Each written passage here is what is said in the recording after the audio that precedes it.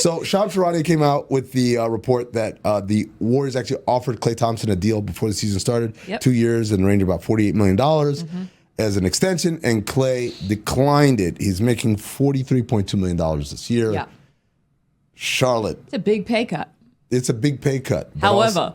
Exactly. Go ahead. However, Klay is not shooting the way they need Klay to shoot. And he's getting older.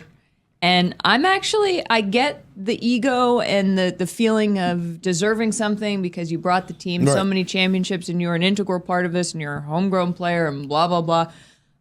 I think I might have actually, if I were Klay, considered that deal before the season. He's been hurt a lot recently. Right. He's not been playing as well as he used to. I feel like I would have taken that deal and been like, okay, well, at least we've got this locked in. I can stay in Golden State. And then if you really believe that you can play that much longer and that much better, be like, I'm just going to crush it. And then they'll re-sign me. This is the push and the pull, right? The struggle, the conflict here. Because on the one hand, Klay Thompson has been the consummate professional and teammate. Yep. He's sacrificed. I've had this conversation so many times with both people in the league and fans.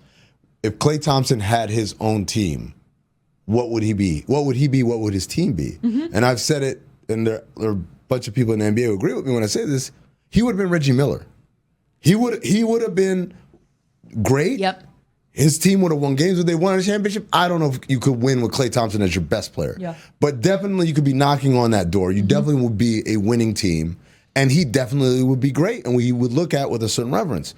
But Klay understood, because Klay comes from a family and a father specifically understands, right? His father was the number one overall pick. What it takes to win. Was the number one overall pick and played for bad teams and then got traded to the Lakers.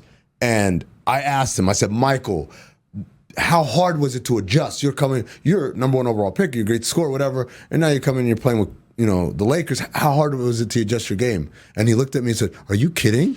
He's like, I walk in the locker room, I see, that's Magic Johnson, that's Kareem Abdul-Jabbar, that's James Worthy. Like, adjust? I was just happy to be there.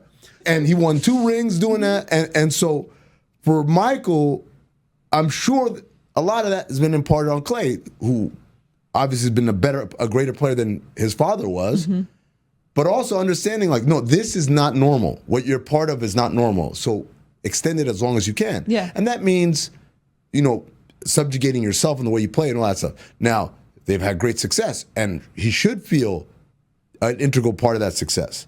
But he's left off the top 75 list, which hurt his feelings for sure. Yep, I forgot about that. Back-to-back injuries, awful injuries that some people don't even come back from. Right. He had them both at the same time, pretty much.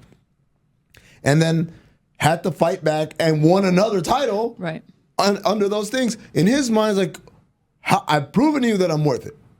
But this is a business. And so we can't pay you for yesterday. Exactly. That's where it's like, I understand not being able to fathom that as the player. Right.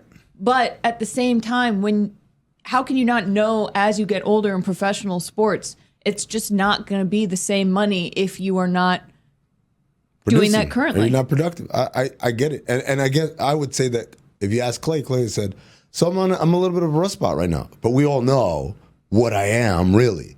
In his mind, it hasn't departed, it's merely paused. Right. Because of whatever reason.